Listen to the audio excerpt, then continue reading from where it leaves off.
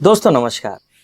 स्वागत है आप सबका अपने किस्म के इस अनूठे कार्यक्रम में जिसका नाम है कविता घर से। दोस्तों आजकल सभी ज़रूरी चीज़ों की होम डिलीवरी हो रही है, तो हम कभी भी अपनी कविताओं की होम डिलीवरी कर रहे हैं, सीधे आप तक पहुंचा रहे हैं, क्योंकि हंसते मुस्कुराते रहने के लिए आनंद का एक स्रोत आवश्यक है। और आज अपनी कविताओं के माध्यम से इस खास कार्यक्रम में जो दो मेहमान हमारे साथ हैं वो आपके लिए इसी आनंद की आपूर्ति सुनिश्चित करने वाले हैं। हम चाहते हैं कि एक बार दोनों मेहमानों का परिचय आपसे करवा दें। आज हमारे साथ हंसाने गुदगुदाने के लिए इटावा से भाई रजनीश त्रिपाठी जी हैं और साथ ही ओज के स्वर के साथ कानपुर से हमारे साथ शिखा सिंह उर्जिता हैं। हम अपने दोनों ही मेहमानों का बहुत बहुत स्वागत करते हैं, अभिनंदन करते हैं। और आज के इस कार्यक्रम की शुरुआत मैं शिखा जी से करना चाहता हूं। शिखा जी, जैसा कि हम सभी जानते हैं कि आपकी रचनाएं काफ़ी प्रेरणादायी होती हैं, तो कुछ पंक्तियां ऐसी हो जाएं जो हमारे दर्शकों को भी प्रेरित करें।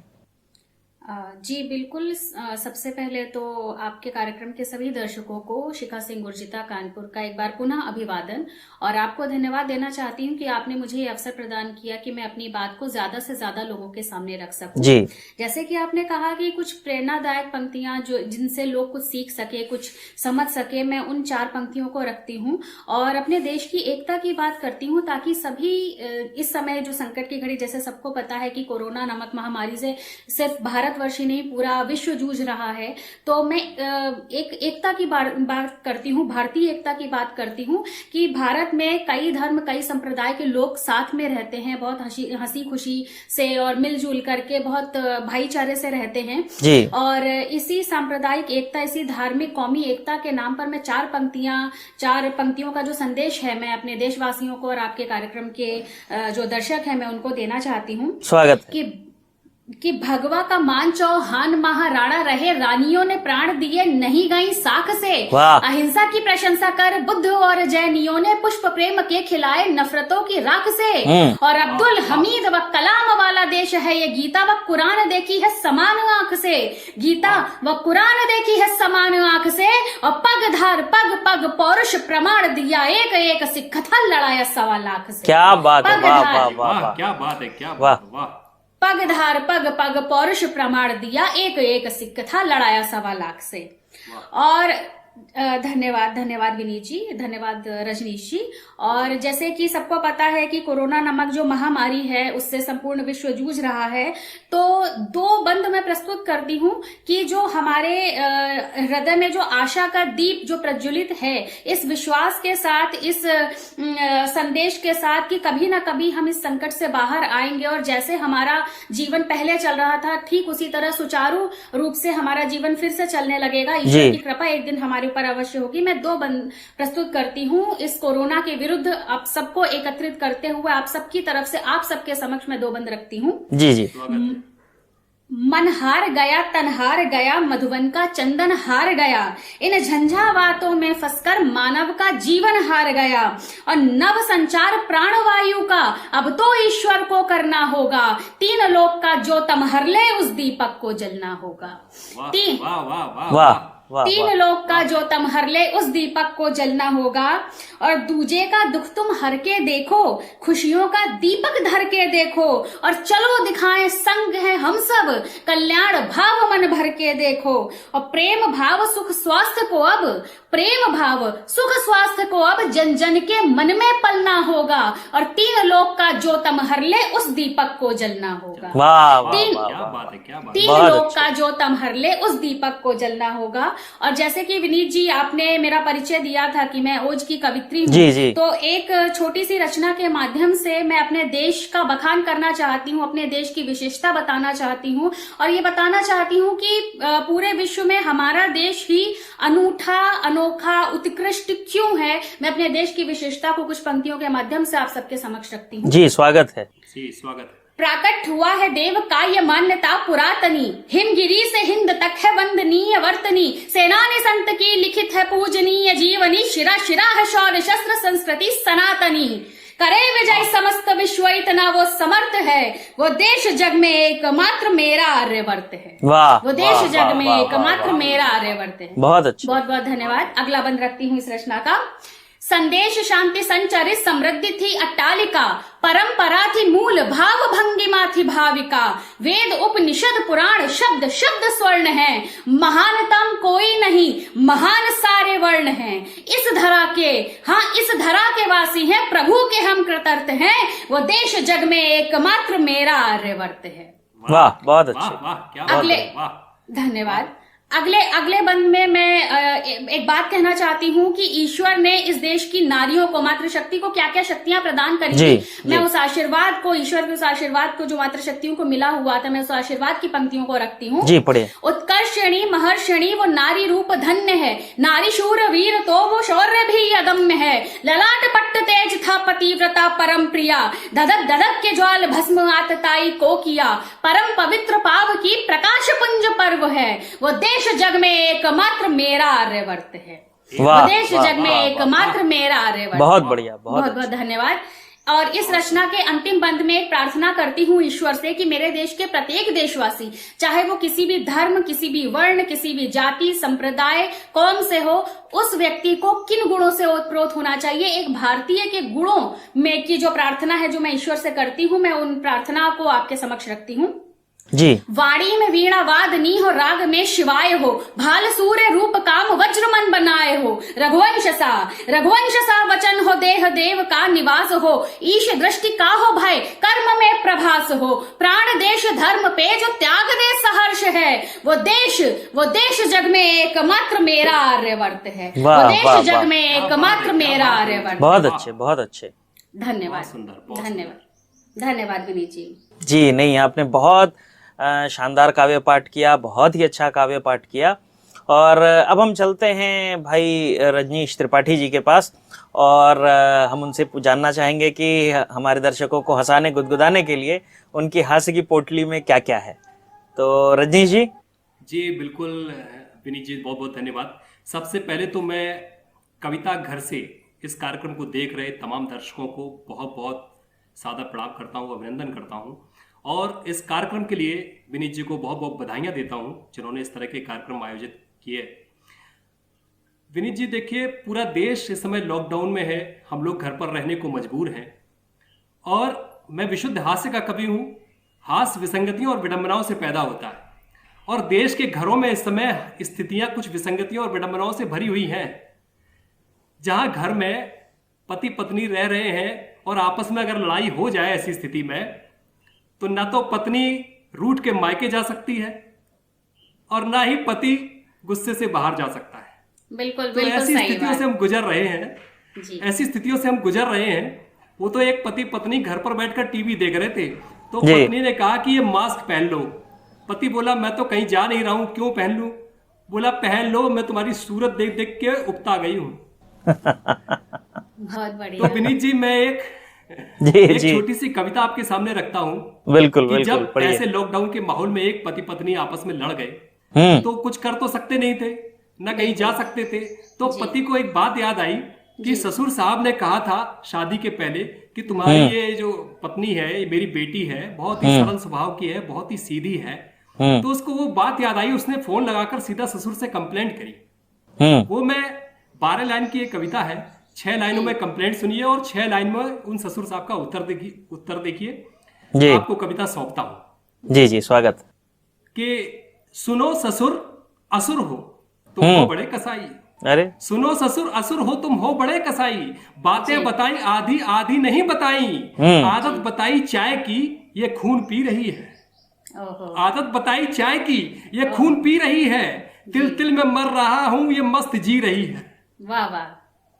पत्थर थमाया मुझको ये बोल कर नगीना, पत्थर थमाया मुझको ये बोल कर नगीना, मुश्किल हुआ है मरना मुश्किल हुआ है जीना।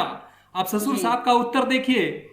उन्होंने कहा कि आंखों में भर के आंसू बोले ससुर जी उससे, आंखों में भर के आंसू बोले ससुर जी उससे, मैं खुद दुखी बहुत हूं व्यथा कहूं ये किससे।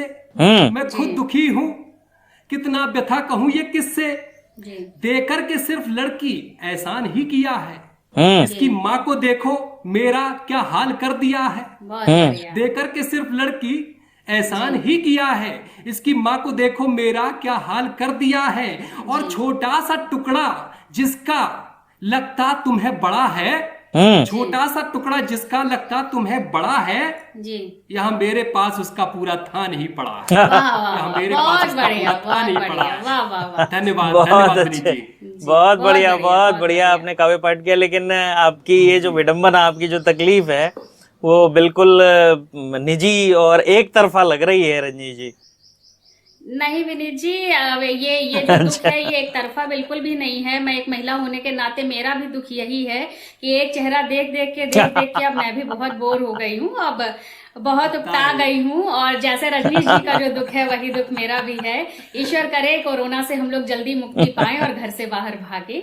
जी रजनीश जी स्वागत है। आपके यहाँ स्थिति और ज्यादा भयावह होगी उर्जिता जी, आपके यहाँ स्थिति और भी ज्यादा भयावह होगी। आप ओज की कवित्री हैं। अब बोझ नहीं रह गया, अब करुण रस हो गया है। नहीं, ये स्थितियां तो खैर चलती रहेंगी। लेकिन शिखा जी, आप जिस तरह की कविताएं करती हैं, हम ये चाहते हैं कि आप हमारे दर्शकों के लिए वैसी कुछ पंक्तियां रखें जो आपके पहचान की पंक्तियां हों। जी बिल्कुल, मैं ऐसी पंक्तियां रखती हूँ। और मैं देश की सरकार के समर्थन में, देश की सरकार यदि कोई फैसला, कोई निर्णय देश के हित में लेती है तो मैं सदैव उस निर्णय के पक्ष में खड़ी रहूंगी। और मुझे ऐसा लगता है कि जो हमारे देश पर एक नासूर, एक घाव की तरह एक धारा जो थी, धारा 370 और 35A, उस धारा को, उस कलंक को इस जो अभी वर्तमान सरकार है उसने 5 अगस्त 2019 को मिटा दिया। और मैं बहुत प्रसन्न हूँ और मैंने दिल से उस खुशी की अभिव्यक्ति सबके सामने रखी थी। उन अभिव्यक्ति को, उस अभिव्यक्ति की पंक्तियों को मैंने कुछ शब्दों में बांध करके लोगों के सामने रखने की एक कोशिश करी थी और लोगों को बहुत पसंद आई थी वो पंक्तियां। वही पंक्तियां मैं आप सबके समक्ष में पुनः रखना चाहती हूँ और ये बताना चाहती हूँ कि 370 का हटना क्यों आवश्यक था। एक आवश्यकता होती है। बहुत लोगों ने बहुत कुछ कहा कि इतना बड़ा तो कोई काम नहीं कर दिया और 370 हटाना ऐसा भी कौन सा बहुत जरूरी काम था। तो मैं बताना चाहती हूँ कि क्यों जरूरी था 370 हटना। मैं पंक्तियां रखती हूँ। जी स्वागत है। केसर की घाटी को जो विष से जहरीला करते थे, ऐसे सांपों कान चुन चुन के कटना बहुत जरूरी था। और अलगावी आतंकी पाक परस्ती वाले लोगों की आबादी अपने भारत से घटना बहुत जरूरी था। और भेड़ों की इस भीड़ में घुसकर छुपे कहीं जो बैठे थे, ऐसे नीच भेड़ियों का अब छटना बहुत जरूरी था। और धन्यवाद। और संविधान हो एक ध्वजा हो एक मुखर्जी का सपना, संविधान हो एक ध्वजा हो एक मुखर्जी का सपना, हो अखंड भारत इस मंत्र को रटना बहुत जरूरी था। और वो हमको हम उनको, वो यानी हमारे कश्मीरी बंधु, वो हमको हम उनको सच्चे मन से ही स्वीकार करें। मतभेदों की खाई का अब पटना बहुत जरूरी था, मतभेदों की खाई का अब पटना बहुत जरूरी था। और था इलाज करना जो माँ के 70 साल के घाव का, तो 370 उसकी खातिर हटना बहुत जरूरी था। बहुत जरूरी। 370 उसकी खातिर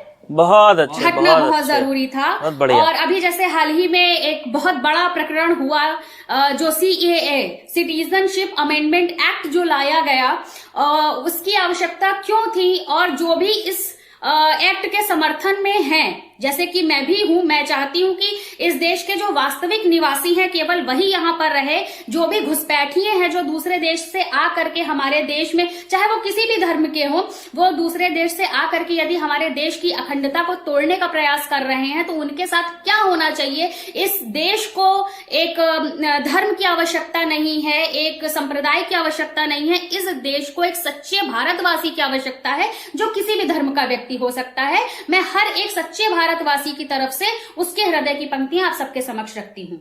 जी स्वागत है। स्वागत। अनेकता में एकता की अतिरेकता हुई है, तीर को कमान से निकाल फेंक आएंगे।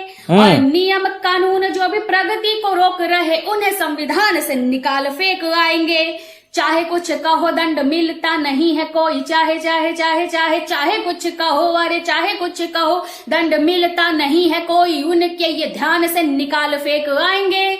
उनके ये ध्यान से निकाल फेंक आएंगे। और देशद्रोही अलगावी घुसपैठियों को अब, देशद्रोही अलगावी घुसपैठियों को अब हम हिंदुस्तान से निकाल फेंक आएंगे। वाह वाह वाह वाह वाह वाह, बहुत अच्छे। बहुत बहुत धन्यवाद।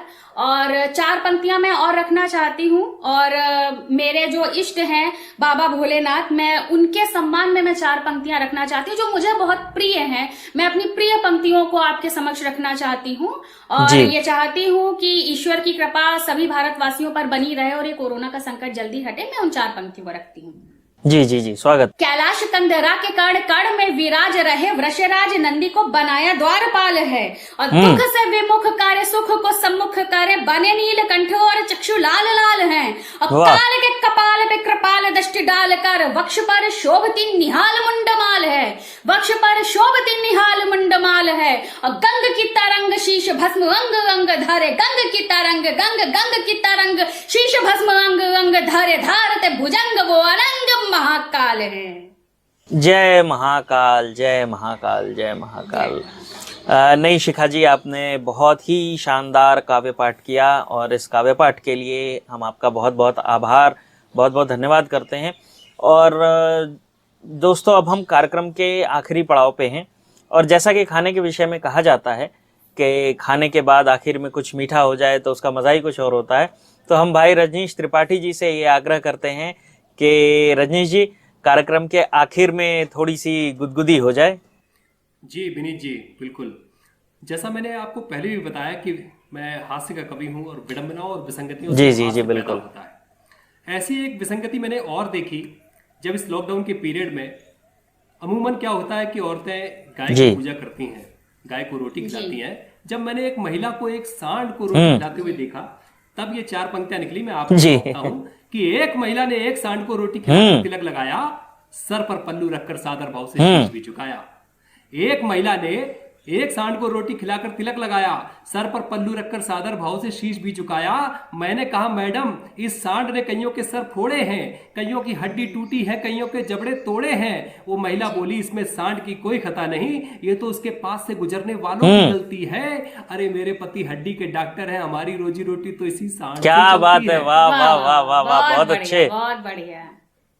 विसंगति और विडंबनाओं से हास्य पैदा, और वो कहीं से भी पैदा होता है कि 2 बच्चे भीख मांग रहे थे। तुम गरीबों की सुनो, वो तुम्हारी सुनेगा। तुम 1 रुपया दोगे, वो 10 लाख देगा। तभी एक सज्जन आकर बोले, लगता है इस देश में दया, करुणा, भावना सब मर चुकी हैं। बच्चे कब से चीख रहे हैं, बेचारों की हालत बिगड़ने लगी है।